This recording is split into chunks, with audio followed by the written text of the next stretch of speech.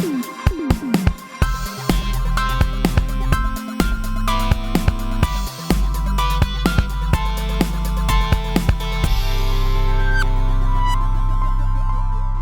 guys, welcome to Talking Through. In this series, in this interview series, we cover off various local artists from all over the country. Last time we had someone from Georgia, and today we have the privilege of talking to, again, a collective from the East Coast, from North Carolina. And I'd like to introduce the Social Contract. What's up? Thanks for having us. For real. Who want to go first? Who want to go start this way? Oh, yeah. I'm Robert 1. What up? I'm Mike Lex. I'm Miko X. I'm Fulton Brown. Aaliyah Loca. And Malcolm Chester. And Soul right now, she's not here. We're Soul. Soul's in class. Soul's in class right now. Soul's in class, but she's with us in spirit.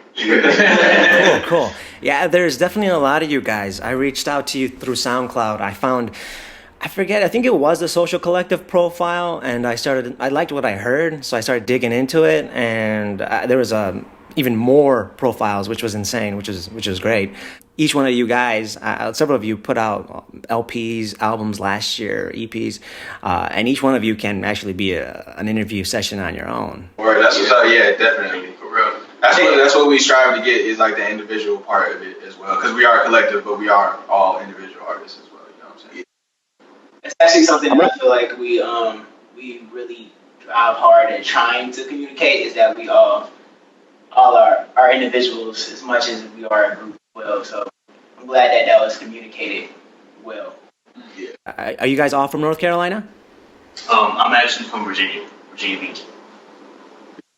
I'm kind of from all over. My family's military, but North Carolina's where we've been the longest. Yeah. Same exact story, actually. Yeah. I'm from New York. Well, I was born in New York, but I moved. My dad was military, and I moved to Fayetteville from there. Yeah. I was born in Brooklyn. My parents just moved to Fayetteville from here. We based in North Carolina right now. Absolutely. Yeah. Diverse group. That's awesome. Varying backgrounds. I'm positive you guys, all that stuff contributes to your music and sound. Oh yeah, definitely. For sure. So let's get into your name. The Social Contract. I had to go ahead and Google it just to see if it was referencing something specific. The only thing I can find was that it was a book written by was it 18th, 19th century philosopher. I'm not sure if you guys making some connection there, but can you elaborate on how you guys came to that name? So yeah, when I was in college, before I realized that I was a good rapper and shit, are we allowed to curse or not? Of course. Yeah, no problem. But yeah, I was a history major, and yeah, that is from his book Rousseau, and it's like basically his book. Like the first iteration of his idea was that social contract is when society gets together with a common goal, common idea, and they come together to help each other. They use each other's strengths to come up as one.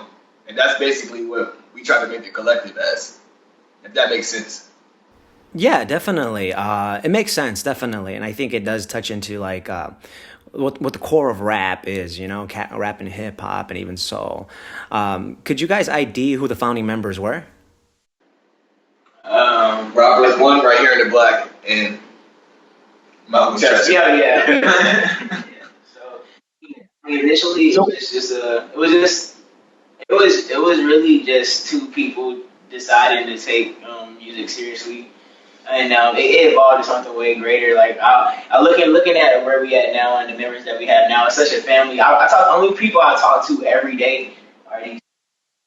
Every day for sure. I know I'm gonna have a conversation with somebody in this. Okay, so looking at your guys' website, I found that a couple of you either went to the same college or found each other while you guys were at college. Now, how is it that your time at either secondary education, higher education, how has that impacted your musical style? I think whatnot? I think not even what we learned at school. I think the fact that of being at school made me realize more how much I didn't want to be at school. I wanted to make music, and that's pretty much the most it's impacted me. I mean, I met Malcolm Had I not went to the same college, I wouldn't have met Malcolm. I wouldn't be social. That's what I say. I feel like school for me was most impactful because of the people I met and the things I learned about being like on my own. You know, you learn all this stuff. There's only prerequisites you have to take, history and whatnot, and it kind of stirs in some what is it? Some passion, you know, either in one field or another. And I'm sure you guys have encountered that as well. And the beautiful thing about school is that you get to meet a whole bunch of folks. And you guys got to meet, which is phenomenal. Now, and I hate to ask this of you guys, but I'm always curious. What did you guys study? Oh, okay. Tell them how y'all. Okay. So we all are film majors. Yeah, like us three, right? Well, us three are 1, 2, 3 film majors. I'm a comm major, communication. Art major, visual art major, the graphic design minor. Okay. Did I say mine? You said History. Yeah, history. All right. Cool. Yeah. So where are you guys interviewing this? I see there are posters in the background, and I'm guessing it's one of the film majors. This is the Star Room. It's the star room without the stars on it. Yeah, the stars on it. we got the house lights on tonight. If you ever hear our music and you hear it live from the Star Room, this is the Star Room. Yeah. Is it is it your studio space? It's Essentially, the studio. Yeah. This is HQ basically. This is camp. This is home. Make most of our We do all our creative business here in this space. Yep. Okay, for sure. So I'm guessing you guys ever heard of the phrase "too many cooks in the kitchen." There's a good amount of folks I'm looking at right now, and I think there's a few absent. And what ways do you guys contribute or complement one another in your music? But also, how do you guys approach stylistic differences? Actually, it's not really that difficult because Ego, and Malcolm, we're the rappers. And then Mikey right here, Mike Lights, he's the producer. Chris is our director / photographer. Aaliyah sings, she's about to put out an EP, as well as Mikey. And then Soul is our graphic designer. So basically when we make songs, it's not that hard. Like we just come up with a verse here, verse there, bet. Let's come up with a hook, bet. Then we put it out. That's how it feels to us. Everybody's sitting here right now. It's not that was the beauty of like the team that we put together because we're not all like musicians. You know, we say we all play a certain role in the collective, but we're not all musicians. You know? We always try to improve one another. Like we encourage each other to try. That's a good point. Yeah, no, I like that, and I like asking, especially when it comes to collectives, either duos or multiple members, and that's actually a really good point. One thing I do when I look at for local artists is how well produced their material is. And I was pleasantly surprised that across the board, all the albums I heard, it was very well produced and differed, very diverse in terms of stylistic approaches. Now, with your guys' backgrounds, both in terms of art as well as schooling, what type of passions do you guys try to convey in your music and your upcoming material? That definitely, for me at least, I know it changed over time because when I first started, because I only started rapping about 2 years ago. So when I first started, it was really just about putting forth like the fact that I could do it, that I was talented. You know what I'm saying? And then it got a lot more conscious over time. And then as like time went on, now I feel like what I put forth in my music mostly is self-passion, doing what you really want to do. I think that concept also is starting to bleed into just because of what we're going through as a collective right now is really I think the main goal is just getting across to people that if there's something you want to do, the only person keeping you from doing it is yourself. When I heard the first one, was it here, Miko X? I was like, okay, this is good. Again, then I found Rob Earth one. I was like, this is good. Malcolm Chester, again, this is great. Let me repeat it. Let me re-listen to these guys' albums to see which one stuck out the most. And then there's these little intricacies that I really liked, particularly with Malcolm Chester. I think the voice was a little bit more higher pitched. You correct me if it's not the one that style you were looking for, but it was reminiscent of, I guess, in certain aspects, Kendrick Lamar, how he shifts his voice up and down and whatnot. I would agree with that. I think that I was studying Kendrick a lot during that time frame, and it's funny that you notice the high pitch because I feel like vocally right now I've been actually playing with my lower tones. But yeah, originally my rap voice was a lot higher and it stayed in that kind of high realm. Yeah. Of course, you haven't heard any of the new music, but my style is changing right now. So Serendipity is kind of it's a good album to listen to, but it's just kind of a little outdated as far as my style goes now. It's just kind of crazy, yeah. Like as like a listener, like I was listening to these guys before like I joined the Social Contract, but like I heard Rob's album and I heard Malcolm and Nico's, like I've heard their projects, but the news I heard, like the fact that you guys like evolve every time you release something is ridiculous. Like what's it, like Sons of Atlas, like his voice changes like 6 different times. When he sent me the demo, I had no idea it was him. I was like, yo, what is this? I was like, it's just he. He's like, oh yeah, that's me. It's cool. Brush that off. That's great. The one thing I want to say for Miko X, I wrote this note down that is particularly for this song of Simplify. So there was a song, Sunchild, and right away I was like, this reminds me of Tyler the Creator meets some sort of East Coast. I can't even tell if it was like Pro Rel or Joey Badass, but was that intentional to mix like those two influences?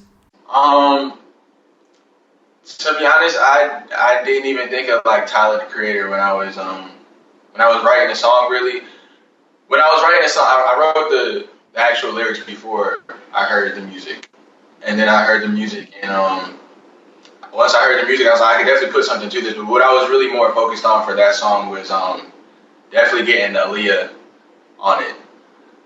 She co-starred on that song. She killed it with the vocals, and I also another thing with that song was the way it was produced might be why you hear that Tyler the Creator, because the way it was recorded and the way it was produced was a complete experiment, and we didn't know if it would work. We weren't in the same place. We weren't using official recording equipment, and Mike Lights was able to finesse it completely, and we basically created a sound from scratch, kind of for that song, and it was kind of crazy. So I couldn't, to be honest, I couldn't say what influenced that. To be honest. Interesting. Okay, no, that's completely cool, and I love how you actually came to the end result, the product.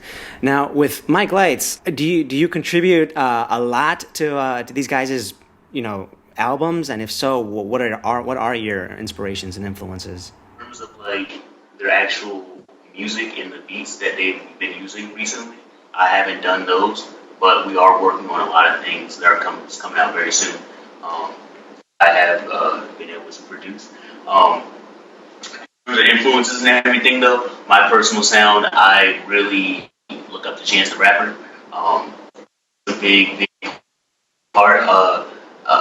Myself, I actually just kind of really enjoy using choirs and bells a lot for my personal sound. Social Contract, we have a definite original sound, musical quality to our stuff. It's just a bunch of different artists, and we all put our own. I feel like we all have our own individual influences that make us the artists that we are, and we're able to combine the artists that we are to create one. To create one complete sound. Because like I said, Mike Lights has his own sound that is completely different from the Social Contract stuff that we're making right now. But we all can bring what we have to the table to create one collective. I think what it really is that we're fans of ourselves. Like my favorite rappers are like in the Social Contract. So like I know all of his songs, and I'm always here when everybody's being creative. You know what I'm saying? We all make decisions together. So like if there's anything that I know that I could add, I would know how to add to these people. For sure. Yeah, beautifully said. One of the last things I want to call out, so there's a good handful of you guys, and I'm sure you guys have a whole bunch of stuff in the works. What can we expect for the Social Contract, given that you guys had what appears to be a very active 2016? What can we expect for 2017? More active. Mikey has a EP project dropping. You could tell more about Okay, so I have a project coming out soon called Love is Blue. Like the next social contract thing that's coming out. I'm pretty sure the EP that and Loca will be dropping. It's going to be like a combo EP, double side EP. 2016 was the year of building our foundation, and 2017, we're really focused on expanding and branching out and just making sure that the team that we built is working in all areas. You know what I'm saying? Like you said, because it wasn't too long ago that Mike and Chris joined. They joined around September 2016. Yep. So they joined around September 2016. We've been cranking out. Bowen Brand's been cranking out amazing material, photos, videos.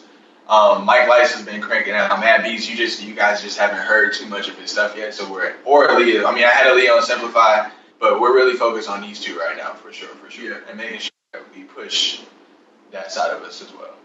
You guys are coming out with a lot of work 2017. I mean, at least you guys are investing in each other, it sounds like. A couple of your members. And I think it's... So I have like a business background, and ultimately, you try to...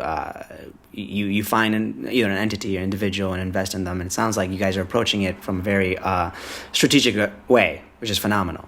And people are picking up on how strategic.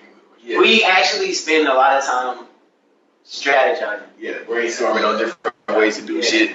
Yeah. The best ways to move forward, what steps to make. So it's just cool to hear, you notice the strategic ways that we're trying to move right now. Yeah. Everything is definitely planned. Like even the stuff that's like not planned is planned. It's been into the plan. Okay, awesome. Well, thank you again, guys, for your time. I sincerely appreciate it. If you guys have any new music, please feel free to share it. I'll be more than happy to relay it back to my audience. I really, again, I can't say how impressed I am with your music, the quality of it, well balanced across the board. I mean, lyrically, phenomenal. From an instrumental standpoint, again, beautifully crafted. And with that, thank you, guys. I really do appreciate it. All right. Thank you, bro. We appreciate it.